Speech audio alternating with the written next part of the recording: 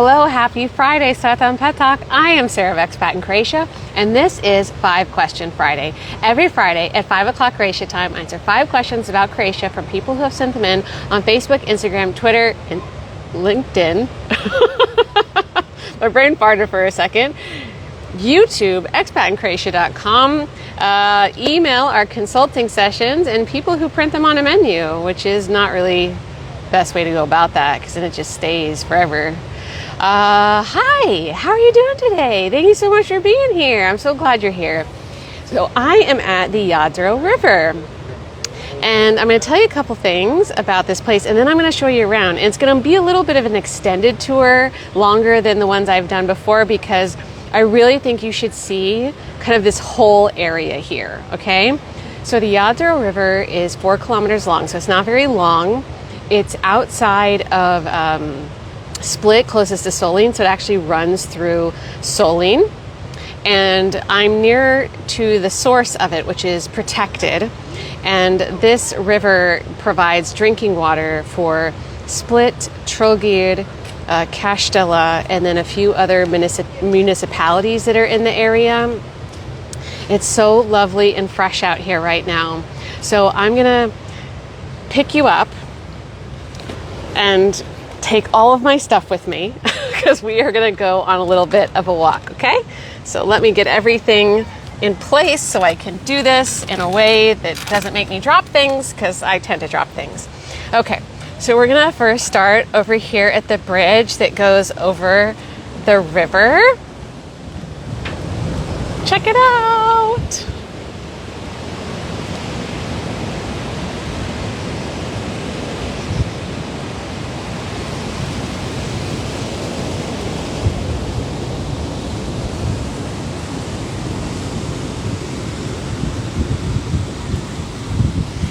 So when I was taking the cover photos from this bridge a little while ago, this Baba walked across and she starts telling me about, on Croatian, she starts telling me this story about how a woman told her that there's, now I'm eating my hair because of the wind, that there's all this wild blitva that grows around here. And she walked down over there. She's like, I don't know if I can believe it. I'm like, well, that sounds awesome. So she came back, I don't know, 20 minutes later with a bag full of blitva.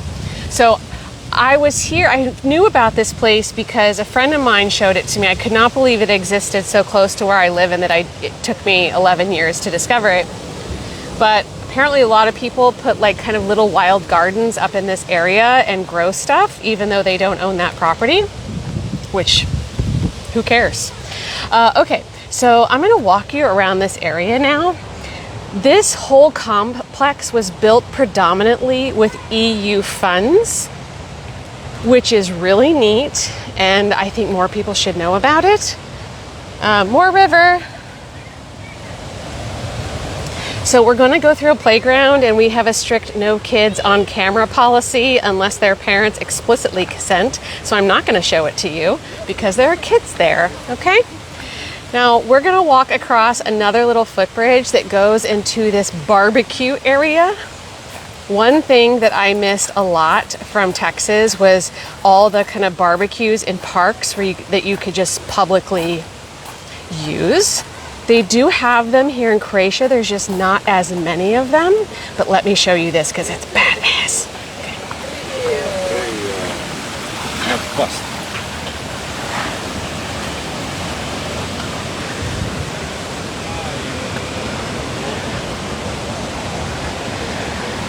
So it's a whole, like, not campground per se, but a whole area with 4 giant barbecues, and the kind that you can roast like a whole pig or lamb on. Seriously. And then a bunch of picnic tables as well. So there's a few people that are having parties, making barbecues there. I gotta do that one of these days. And you're right kind of like at the fork of this river. So you're surrounded by the flowing water, which is so super cool. So now we're gonna walk up the hill a little bit, which is next to the free parking. I love free parking. And there's a restaurant here that's open right now. Now, I don't know if it's open in winter, but it's definitely open now. And it's right next to this whole complex. So here you can see it. And today's special is svinski vrat and juvej, which svinski vrat is pork neck, yummy, and juvej is this, it's a side dish. It's rice with like a tomato base and some vegetables. You don't see it on menus very often, but I love it so much. It actually reminds me of this, everyone thinks it's gross, but this thing my mom made when I was a kid. And so whenever I see it on a menu, I always order it, and I love it a lot. Okay, this is the other thing I want to show you. So this is called Diocletian's Aqueduct. So back during Diocletian's time, they used the Yadro River exclusively for their water in Split, where his retirement home was. So they used this aqueduct to carry the water from the Jadro River. And you can actually climb on top of this thing. So now we're going to go through the aqueduct. Meow. Meow. All right, how do you like my sound effects? All right, so now this is another part of the EU project funds. They built this like, well, I'll show it to you and you can make a judge. But to me, it just looks like a park, but like a really pretty park. So everything they planted is very young. It's going to take years for it to grow all big and pretty, but it's so lovely. Take a look.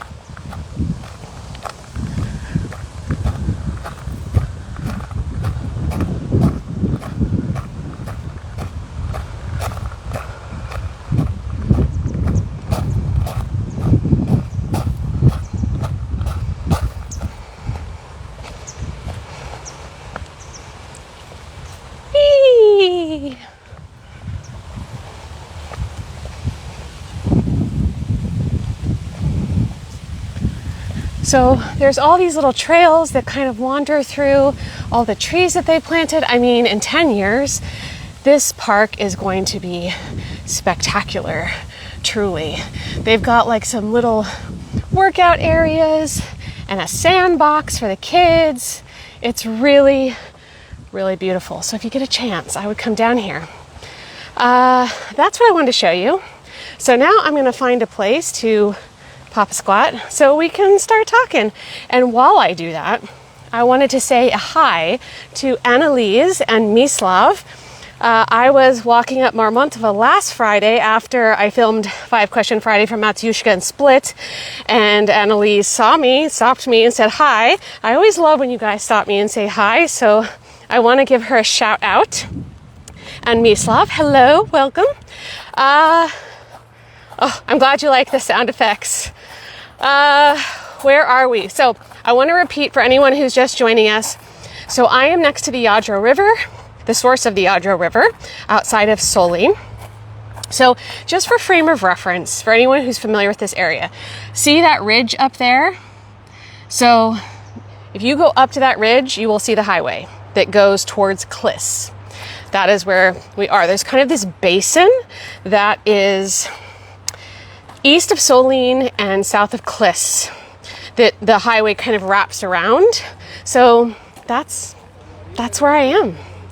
All right, so I'm going to head back down. I'm trying to think if there's anything I can tell you while I'm doing that. Gosh, I don't know. Oh yeah, well, I was going to say this a little bit later. I might as well just tell you now.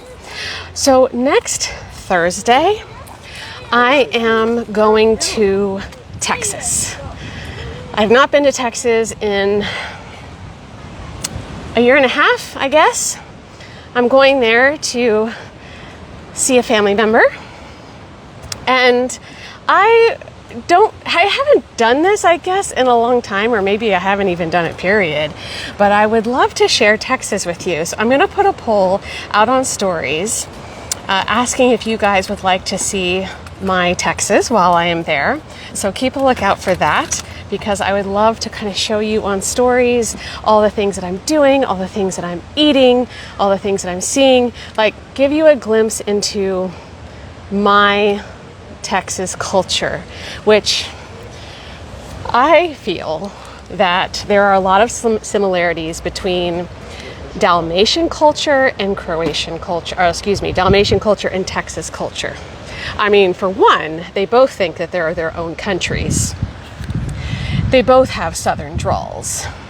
So that's going to happen. Now, what does that mean for 5 Question Friday? So I will be a little preoccupied with what I'm doing down there. So Cam is going to come and do 5 Question Friday with you for, I think, at least 2 Fridays. And then the last Friday that I'm there, I think, I need to check when my flight is. I should be doing 5 questions from Texas for the last one.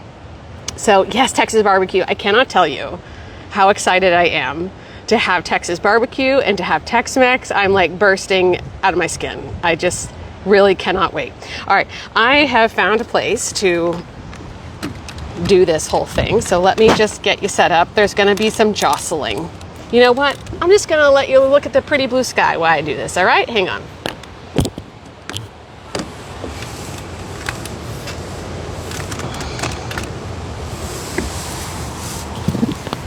And we're back. All right, now let me put you on this thing.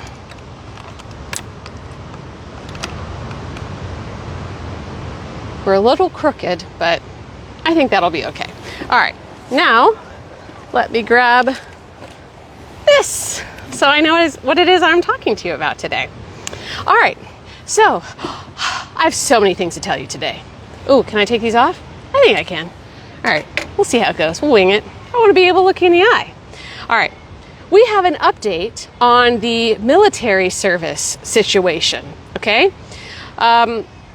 So it's not a huge update, but it's an update nonetheless. I told you I was going to keep you updated, I promised. So the Ministry of Justice this Wednesday said that they confirm officially everything, the military service. Okay, let me start this off. This is classic Croatia, okay? The Ministry of Justice came out on Wednesday and said, yes, military service is happening. It's going to start on January 1. However, they do not plan to pass this legislation in the parliament until after the presidential election, but they don't expect the presidential election to happen until at least January. They have not set a date. So if they can't pass the legislation until after the presidential election, and the presidential election is not till January, then military service cannot start on January 1st.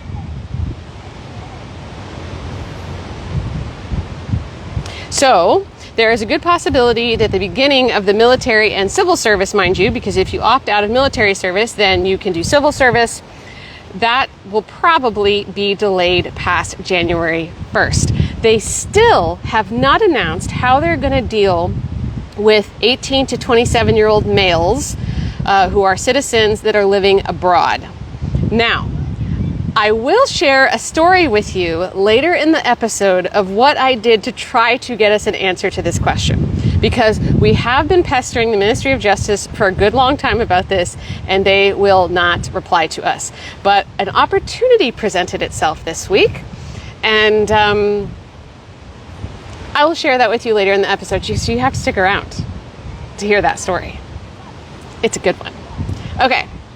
All right. So the other thing I want to tell you, a few weeks ago, as you remember, I interviewed the U.S. ambassador, which is mega cool. And then the economic unit chief came up to me afterwards and said, hey, we would like to hear from you about what the embassy can do to help Americans living in Croatia. And I was like, I thought you never ask.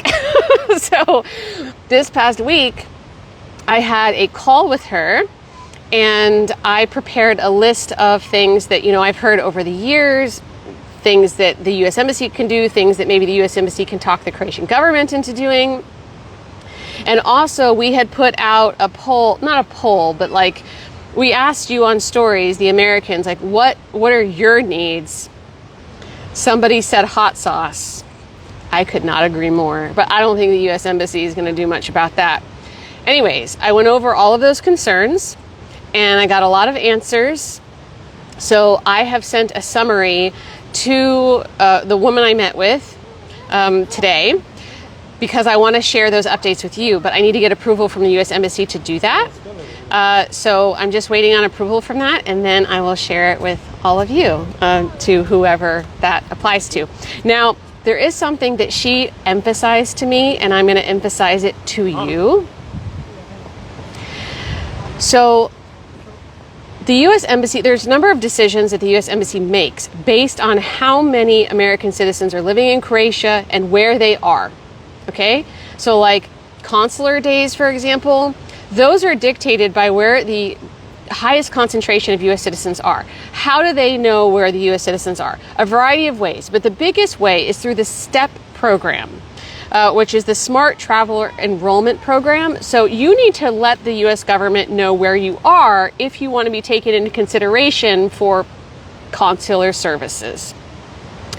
So when you enroll in that program, they send you updates and also take in consideration services. Okay, so I highly recommend that you do that, and you do have to re-enroll every so often, but it's for people traveling as well as living here. So I will include a link down in the YouTube description. If you're on Instagram, you can send us a DM, or any other social channel, just send us a message and we will get that link over to you. Okay, also, I have mentioned sometime before that I am working on a speech for an AI conference that will be in Dubrovnik on November 9th. I finally finished my first draft. Ugh, it felt so good. I'm very excited about it. So now I still have to do some tweaks and practice and memorizing and but it always is such a huge accomplishment to finish the first full draft. So I feel really good about it, and I wanted to share that with you. Okay, all right, so we're going to go ahead and dive into the questions now. So let's go ahead and get started. All right, so the first one comes from Heather on Facebook. Is there a time limit that you have to meet for living in Croatia before you can exchange your driver's license? The only requirement is that you have legal residence in Croatia. That's it. So as soon as you get your residence card, you can go and get a driver's license, whether from scratch or you exchange your foreign driver's license for a Croatian driver's license. Now, I do want to remind all of the third country nationals out there that your license is only valid for 1 year in Croatia. It does not matter if, like for example, my Texas driver's license does not expire until I think 2026. If I were just moving to Croatia, it would not matter that it's valid till 2026 according to Texas. According to Croatia, it's only valid from 1 year from the point of entry. So even if your driver's license, your foreign one, is valid, Croatia won't see it as valid. So if you get into a car accident, for example, while you're in Croatia and it's past that 1 year, you're still driving on your foreign license, the insurance won't be invalidated because you're not driving with a valid license. So always make sure that after 1 year you get your license exchanged if you have a third country national license. If you have an EU issued license, then you can drive on it in Croatia as long as it's valid. Okay, so we have a guide on this, on how to exchange your foreign driver's license. If you're on YouTube, it's down in the description. Everybody else, send us a message. Okay, next question comes from Grace on the 5 Question Friday forum. Is it possible to rent a furnished apartment unfurnished? Yes, but not always, and it can be challenging. So let me dig into that a little bit. So most apartments in Croatia come furnished. I don't want to say that this is every European country, but I know that it was that way when I lived in the Netherlands. It can be quite common. Now, I dug it because when I moved here, I didn't want to buy a bunch of furniture. I didn't have anything. I just had, some suitcases. And it wasn't until I got long-term residence that I felt comfortable nesting. But I will say that I bought my apartment 3 years ago. And somewhere around like the 7-8 year mark, I was like, I'm really sick of someone else's furniture. I really want my own. But if you're coming here and you want to have your own furniture, okay, here's a couple things to keep in mind. One, like the higher priced apartments and bigger apartments, you can find apartments at that level that come unfurnished. Now, if you're going with a lower priced apartment, it depends, because that furniture has to go somewhere. And the owner of the apartment doesn't necessarily have a place, like a storage place, where they can put that furniture. So not all landlords are going to say yes and be okay with that. If the furniture is older and it could use being replaced, then you could maybe make an agreement with them that if you buy new furniture, then you leave it there and they will get rid of the old furniture. Something else you could do is you could offer to store the furniture for them, but that comes with a cost, and maybe you're not into that cost. So that's also something to take into consideration. Or maybe you can do something where you're like, okay, would it be okay if you just take these things and then you can leave all this other stuff? So not have it completely wiped clean, but maybe there's just a few pieces that you can negotiate for them to take away. Okay, did I cover everything? Yes. Okay. All right, so here are the guides that we can send you. How to find a place to live in Croatia, 10 things to know before renting in Croatia, and Croatian renters' rights. If you're on YouTube, all of those links are down below. Everybody else, send us a message. We'll get those over to you. Next question comes from Ljubo on the 5 Question Friday form. Is there any option to attend Croatian kindergarten for non-vaccinated children? So in Croatia, mandatory vaccinations for children include those for tuberculosis, hepatitis B, diphtheria, tetanus, pertussis, polio, and several others. These vaccinations are free for everyone who is required to have them, regardless of health insurance. While some families may avoid vaccinations, that can lead to legal issues in Croatia. Children usually need to be vaccinated to enroll in kindergarten, although exceptions exist for those with medical contraindications. It is possible that private kindergartens and school won't demand full vaccinations, but is very individual and not recommended. The family doctor is required to contact social services if the parents don't want to vaccinate a child, because it is considered that the parents are violating the rights of the child. Now, there are some cases where parents even ended up on the Ustavni Sud, which is the constitutional court, and had to pay fines because they did not vaccinate their kids. So those who don't want to vaccinate their kids, please do not shoot the messenger. I'm just merely communicating what the rules are here in Croatia, okay?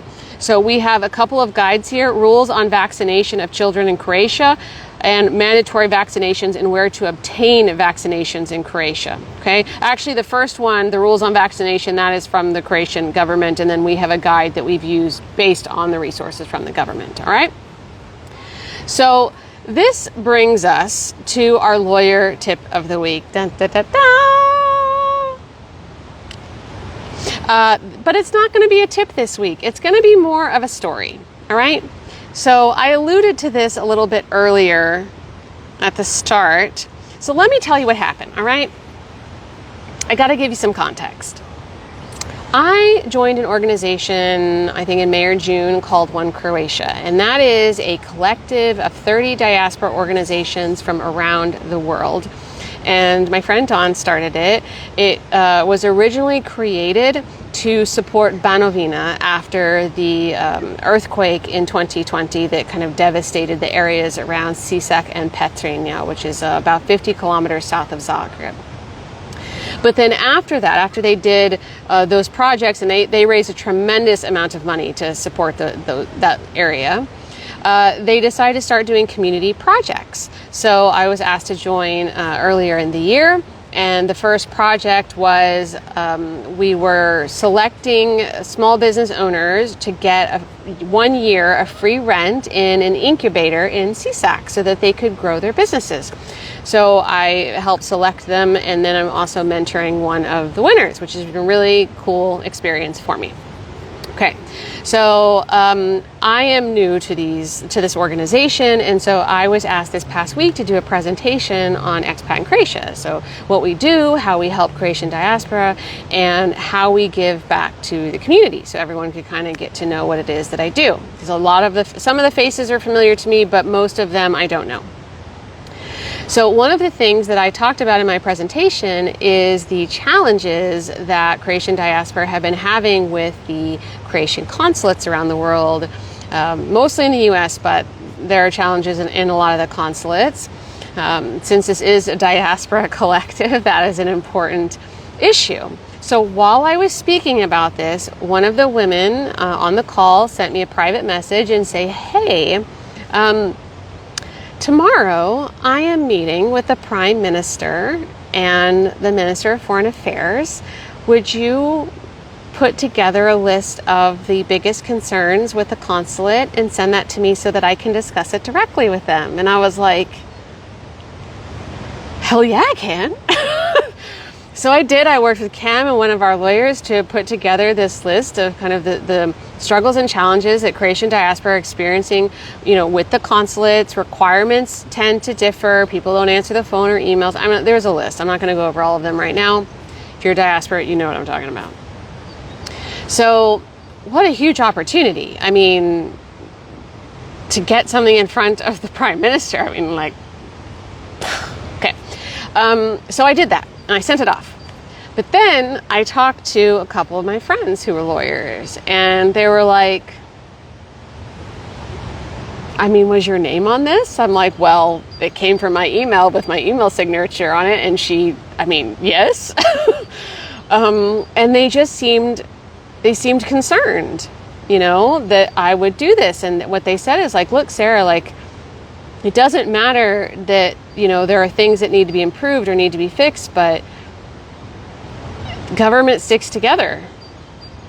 And I'm sure there was this element of me being a foreigner, but they didn't say that.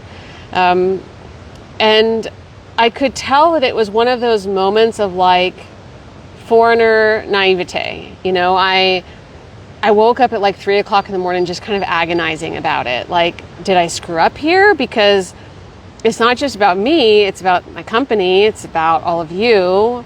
And I just kept rolling it over in my head like it just felt like the right thing to do. I got asked to do this thing. We talked to so many people who are going to Croatian consulates, and we're hearing all of these struggles that they're having. And I don't know if these concerns are getting to these ears. I don't know that. So why would I turn down this opportunity? But then on the other side, I can see their point. I haven't lived in this system my whole life. I'm coming from a very different place. In America, there's no ceiling. In Croatia, there's ceilings everywhere. So I didn't know what was right. And I just kind of stewed about it. And I woke up that next morning. She's 9 hours ahead because she was meeting with him in LA.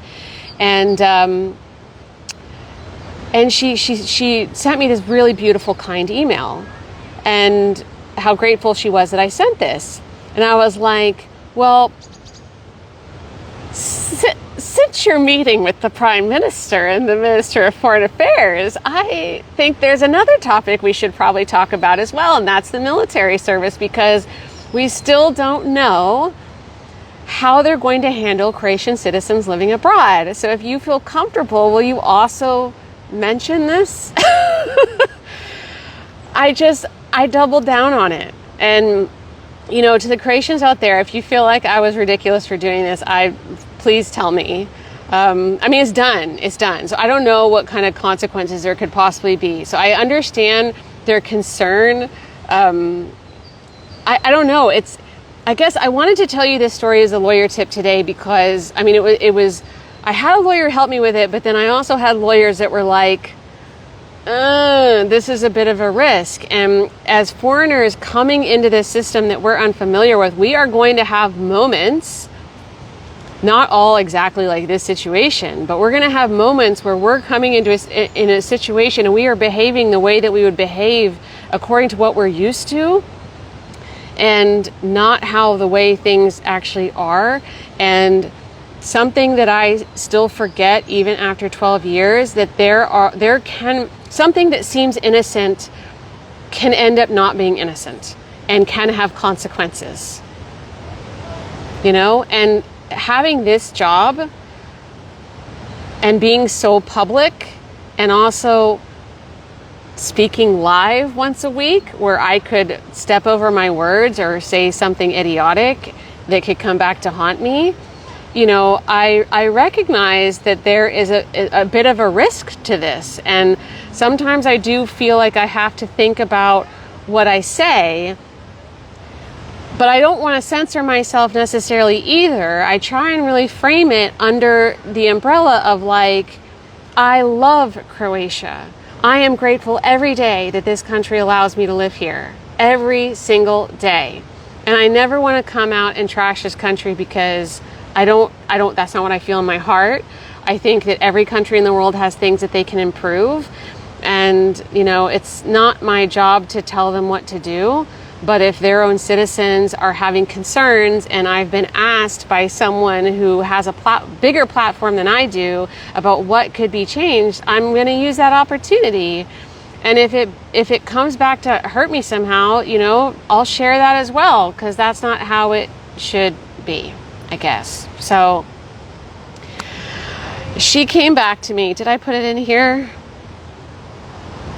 Yeah, okay. So she came back to me and she said, she drew their attentions and asked that they come up with a solution and give an answer as soon as possible.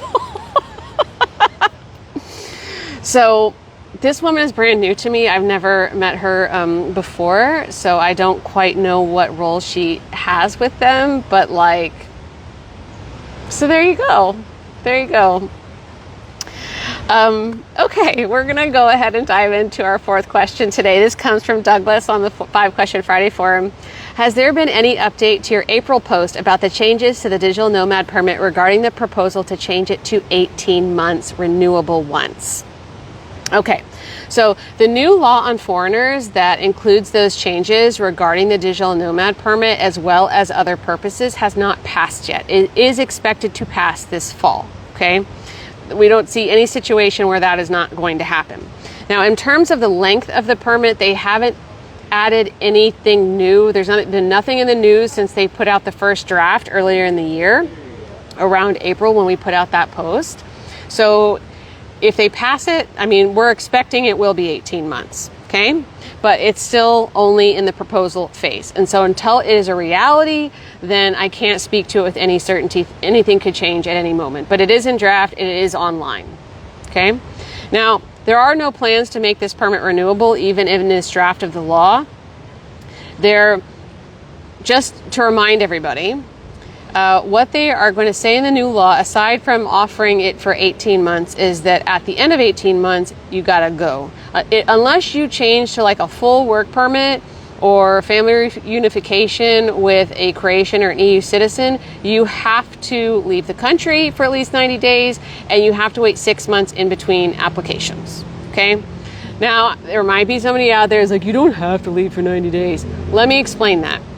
At the end of any kind of permit, doesn't matter what kind of permit it is, you can either leave or you can switch to a tourist stay. However, if your intention is to come back, then it makes more sense that you leave immediately and then you come back on a tourist stay. And then once 6 months and 1 day has passed, you can apply for a new permit. If you're not applying for a new permit, switch to a tourist stay and then you get 3 more months and then you leave and you go off and live the rest of your life someplace else, okay? So the reason they're doing this is because for the last few years, well, since they implemented the digital nomad permit, people have been switching between digital nomad, family reunification with digital nomad, and other purposes like prepayment of rent, and then just switching, rotating between those so they could stay seamlessly without having to wait the 6 months in between applications. They're shutting that down. But we don't have to wait for the law to change for that, because they've actually been implementing this since March, even though the law has not passed yet. I mean, this part of the law is actually quite, it's a little vague. So they're using that vagueness to interpret it as, yes, you cannot do that. So they've already been denying people who are applying that way, or they're just not allowing people to do new applications that fall under that umbrella. All right. So we have a few guides here. One is the post he referenced, which is all about closing the digital nomad loophole. That's from April. The digital nomad permit in Croatia, so how you can apply, requirements, everything you need to know. And then we also have an FAQ for the digital nomad permit. So if you're on YouTube, all the links are down below, and everybody else, send us a message and we will get that to you. Okay. Last question comes from Megan. I am an American living in the US and hope to eventually move to Split, currently awaiting a decision on my Article 11 citizenship application. For the past 2 years, I have been studying Croatian, using first the free Croaticum online courses and later various other self-study textbooks, all of which teach standard Croatian. I am wondering what differences in the language I can expect to hear in Split. Are there particular words or pronunciation variants that might be confusing to someone just learning the language? Hell yes. Hell yes. And I'm going to tell you about those. But first, I want to say bravo, Megan, for starting to learn the Croatian language before you get here. Really, truly. And Croaticum, the free online course, is a really great place to start for anyone else who wants to get started with the Croatian language but doesn't want to spend any money. That is excellent. Their interface is kind of like it was built in 1997, but it's user-friendly, and you can get free A1 and A2 courses online with them. Okay, and Croaticum is part of the University of Zagreb. All right, so let me go into this. So Split has its own very unique dialect. So here are just a few of the differences. So one is they change their M's to N's. This is, I want to say that it's particularly with first person verbs, okay? So idem, I go, changes to iden, okay? Volim, which means I love, changes to volim. Jasam, which means I am, changes to jasan. Why? Don't know. All right, so then they also really love to like yank the J-E out of the middle of words. So cijeli, which means like whole or entire, changes to cili. Biela, which means white, changes to bila. Dijete, which I think means child. I have a hard time with the word for child because it's an irregular word, and so it's hard for me to know if it's child or children, but whatever. It's some childlike word. Changes to dite. Okay? So that's super fun. And then the next thing is their pronunciations of the letters E and A, okay? And when I say E, I mean E, not pronunciation of I, okay? So these letters, there's two kind of facets to this. So one is how they pronounce those letters when they're contained in words. The other is that they use these individual letter sounds to communicate feelings, okay? So for E, and A. So if you say, I have heard many Dalmatians answer the phone like but if you do like like a long one, it can be like, okay, yes, I understand. If it's short and quick, it can mean that you're angry, like or you're annoyed. And then can be like, like surprise. So I mentioned at the start that I feel like there are similarities between Texas and Dalmatia, and that one of those things is that Dalmatia has this like southern drawl, and this is part of it. So when you have the E and the A in words, they can drag them out a little bit like a Texas drawl. So a really good example is what example I put here? I don't know why it's flying out of my skull all of a sudden. Really? Oh, yeah, here it is. Okay. Nema chance. So nema chance means no way. I feel like nema, which means it does not have, is the most common time I hear like that really kind of drawly thing happening. I really like it. I really like it a lot. So I repeat that. So whenever I say name, I'm just like nema. Also, they love to use aime a lot.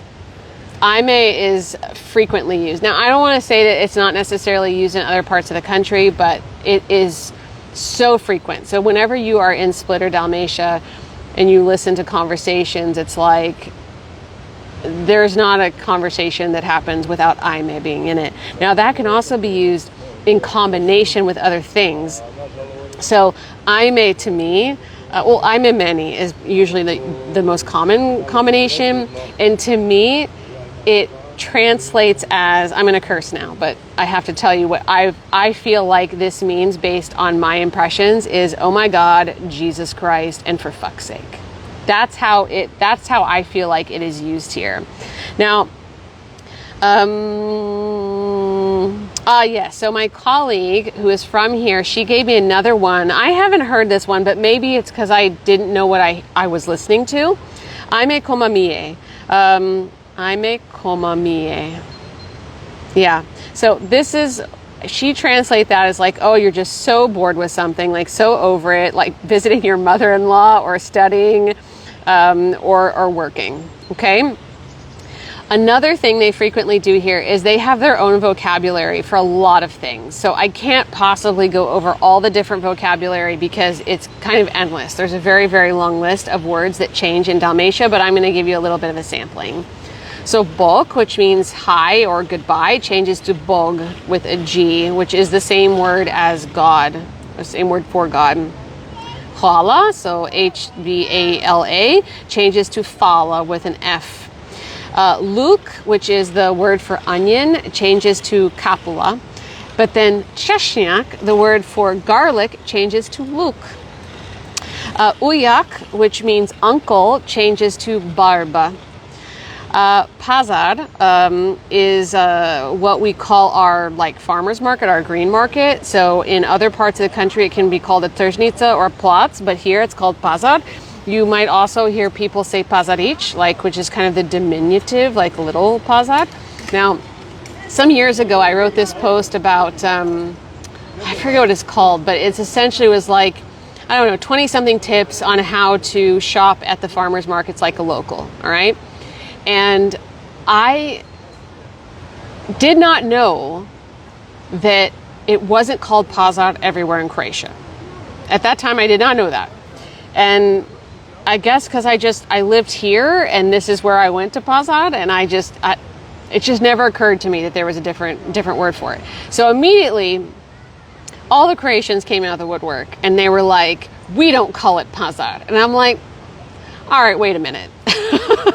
Like, we call it this or we call it that.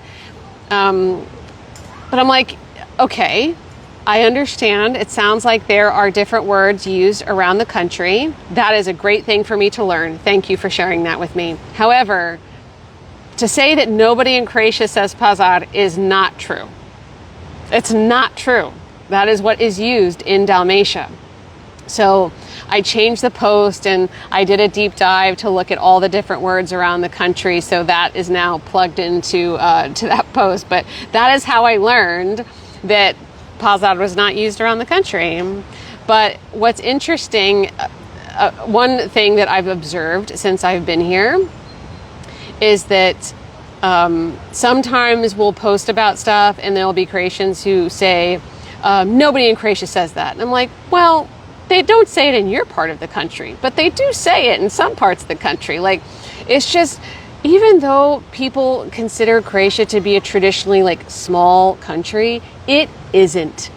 The language, the tradition, the food, the heritage, like just the whole way of life can vary so greatly depending on where you are. They're just these little kind of microclimates, and that is their whole world, you know? So it can seem like that's all of Croatia wherever you are. It's like, no, it isn't. Like, Istria is totally different than Zagreb. It's totally different from Split. It's totally different from Dubrovnik. It's totally different from Rijeka. It's totally different from Lika. Of course, there are common threads, but there is so much nuance and individuality in all of these different parts. Okay, back to the words that change. Što, which means what, changes to šta. And then, oh yeah, so there's a huge list of words, like I said, but Split also has a historical dialect, and that has been fading over the years more and more. Not to say that that means that they're speaking more standard Croatian, but there are a lot of historical words that just aren't in use anymore. There is one word that I still use. I don't remember where I read it, but I want to say it was in the very first year that I was here.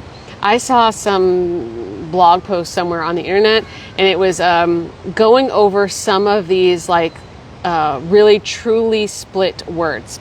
And the only one that I imprinted was pošto, which means like how much is something. So the kind of standard way to ask is like koliko košta, like how much is the cost. But I use pošto. I don't hear anyone ever say it, but every time I do say it, they know exactly what I'm talking about. And given that foreigners tend to be overpriced at markets, I have always used pošto because I figure it will help me not get overcharged. I don't know. So we have a couple of guides that are great for this. So we have one guide, Croatian words that change around the country, and then the 3 Croatian dialects, što, kaj, and ča. So if you would like those, if you're on YouTube, there are links down below. If you are on any of the other channels, send us a message or comment. We'll get that over to you. So in the caption to this, I don't know if you guys picked up on this. This is something I do because it really just, it entertains me. There's a lot of stuff I do just because I find it amusing, regardless of whether anyone else finds it amusing. So usually the first line of the caption is a song lyric, and that somehow loosely applies to what the questions are. So the one this week has a verb where the M was changed to an N. So one of my most favorite Croatian songs is Ništa kontra Splita, which is a Dino Dvornik song, and that literally means like nothing against Split, okay? So there's a line from that song, Ma neću da čujen ništa, and that means I don't wish to hear nothing. Yeah, it's kind of a clunky interpretation, but that's what it means. So you can see that in the caption once I post it. That is another example of Split dialect, which Dino is from Split, and it's a song about Split. It's my favorite song about Split. So that's it, guys. Thank you so much for being here today at the Jadro River. If you get a chance to come down here, I highly recommend that you do. It's a great place to have a barbecue or bring your kids or do a little hiking. There's some, I totally even forgot about that. There is like a walking trail that goes along like one of the like tributaries that goes off that way. I did that once. So it's really lovely place that you can come to after work. And this part of the year, this fall we're having, is the perfect time. So the parking lot was empty when I got here, but now it's completely full with tons of people coming down here to walk around. But it's still not like, it's not crowded. And I think that's one of the really cool things. So I highly recommend it. What do we got? Hey, Tyler. Not sure if this is in Split too, but my grandma in Zada brings the N into instrumental endings too. I don't know.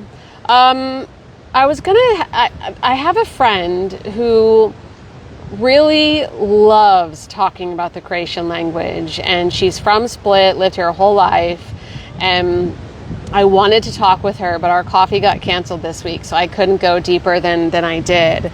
But it wouldn't surprise me.